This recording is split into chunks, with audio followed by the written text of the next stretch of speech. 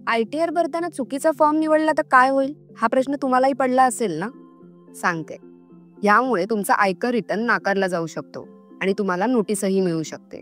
म्हणूनच आज आपण या व्हिडिओमधून जाणून घेऊया ITR 1 आणि ITR 2 फॉर्म मधील महत्त्वाचे फरक, जेणेकरून तुम्ही योग्य फॉर्म निवडू शकाल. सर्वप्रथम ITR 1 फॉर्म बद्दल जाणून घेऊया. हा फॉर्म सहज म्हणून ओळखला जातो आणि खालील व्यक्तींना तो लागू होतो ज्यांचे एकूण वार्षिक उत्पन्न 50 लाखापर्यंत आहे. उत्पन्नाचे स्रोत म्हणजेच पगार, पेन्शन, एका घराची मालमत्ता किंवा व्याज आणि डिव्हिडंड यासारख्या इतर स्रोतांमधून असावेत. शेती उत्पन्न 5,000 पर्यंत असल्यास हा फॉर्म वापरता येतो. ITR 1 फॉर्म खालील परिस्थितींमध्ये वापरता येत नाही.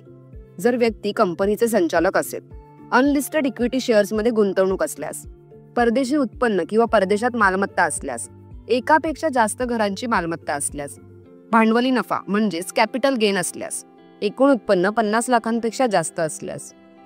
आता पाहूया ITR 2 फॉर्म कोणासाठी आहे.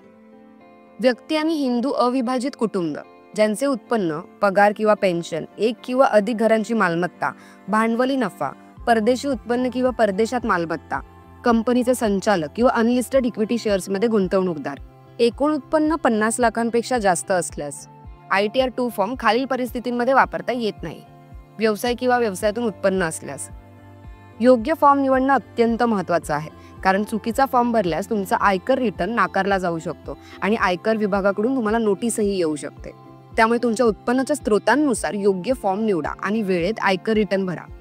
हा व्हिडिओ जर तुम्हाला आवडला असेल तर या व्हिडिओला लाईक करा, शेअर करा आणि आमच्या चॅनलला सबस्क्राईब करायला विसरू नका.